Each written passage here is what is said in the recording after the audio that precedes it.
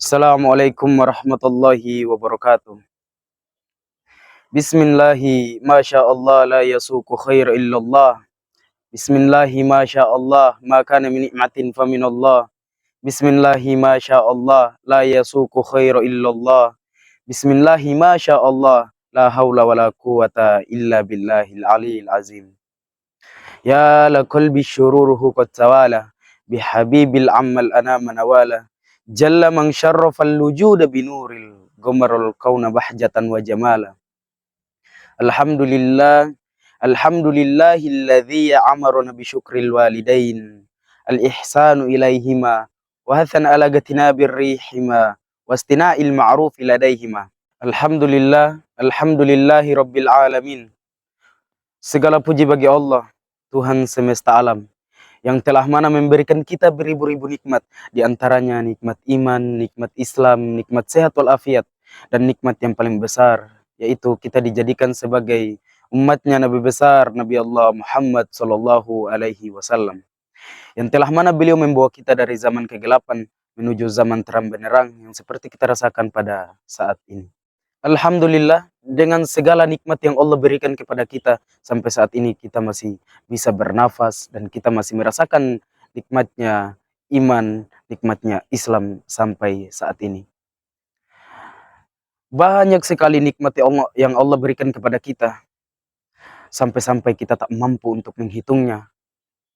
Dan andaikan ada seorang hamba yang ingin menghitung satu persatu nikmat yang Allah berikan kepada kita, maka wallahi saya katakan demi Allah, tidak akan ada yang mampu menghitung satu persatu nikmat yang Allah berikan kepada kita. Saking banyaknya nikmat yang Allah berikan kepada kita. Namun kesalahan terbesar yang kita lakukan, kesalahan seorang hamba kepada Tuhannya, kepada Sang Pencipta, yaitu apa? Kesalahannya kita kurang bersyukur kepada Allah Subhanahu wa taala. Kita kurang bersyukur kepada Sang Pencipta, dan ada dalam hati kita adalah kekurangan.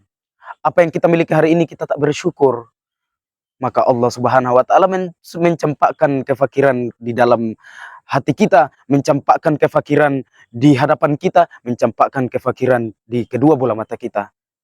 Lalu ketika apa yang kita lihat, apa yang kita dapatkan hari ini, kita akan merasa selalu kurang, kurang dan kurang. Karena apa? Karena kita tidak pandai bersyukur kepada Allah Subhanahu wa taala. Kita tidak pandai bersyukur kepada Sang Pencipta.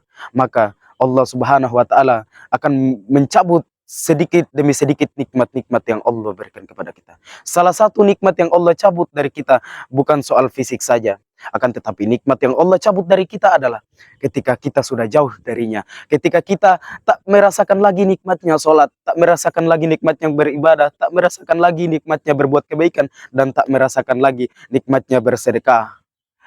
Yang dulunya bangun tengah malam jam 1 ketika Allah Subhanahu wa taala mengetuk hatinya untuk bangun, untuk bersujud dan untuk minta ampun kepada Allah Subhanahu wa taala. Namun satu hari, dua hari, satu kali, dua kali ia melalaikan semua itu. Ia melalaikan nikmat-nikmat tersebut, maka Allah Subhanahu wa taala satu persatu mencabut nikmat itu. Kemudian ia lalai dari semua perintah-perintah Allah. Dan kalau sudah lalai dengan semua perintah-perintah Allah, maka ia lebih terfokus pada dunianya. Maka disebut dengan hubud dunya. Ia terlalu cinta kepada dunia. Jika orang yang sudah terlalu cinta kepada dunia, maka ia akan lupa kepada akhiratnya. Ia akan lupa bahwa kelak suatu saat ia akan pergi dan meninggalkan dunia ini.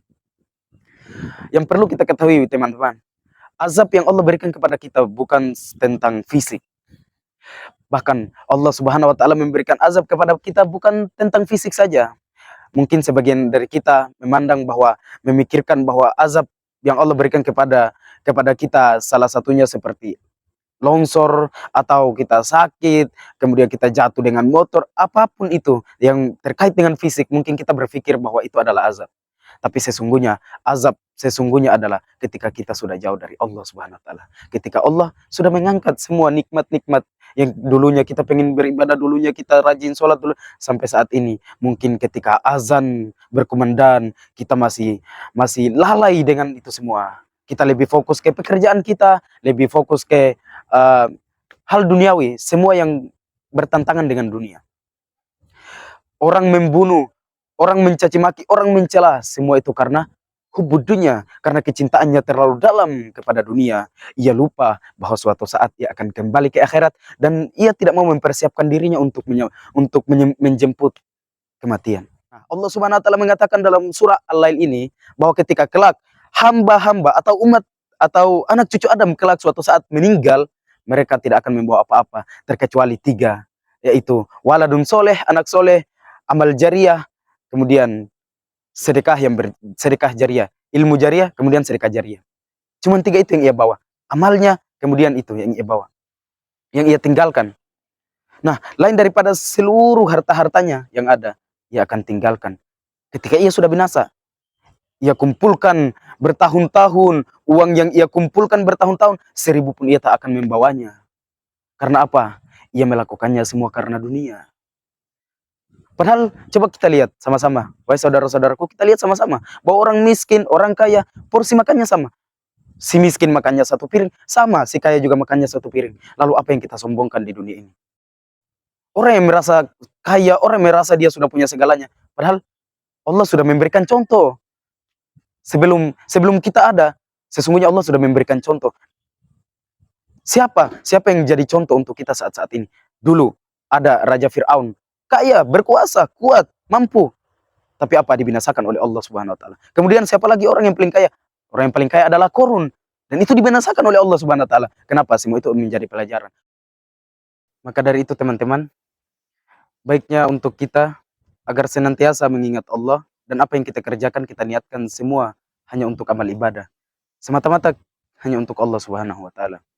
Maka kita harus berlomba-lomba, fastabiqul khairat, berlomba-lomba dalam kebaikan untuk menanti kematian yang akan datang menjemput kita. Dunia sementara, akhirat selama-lamanya.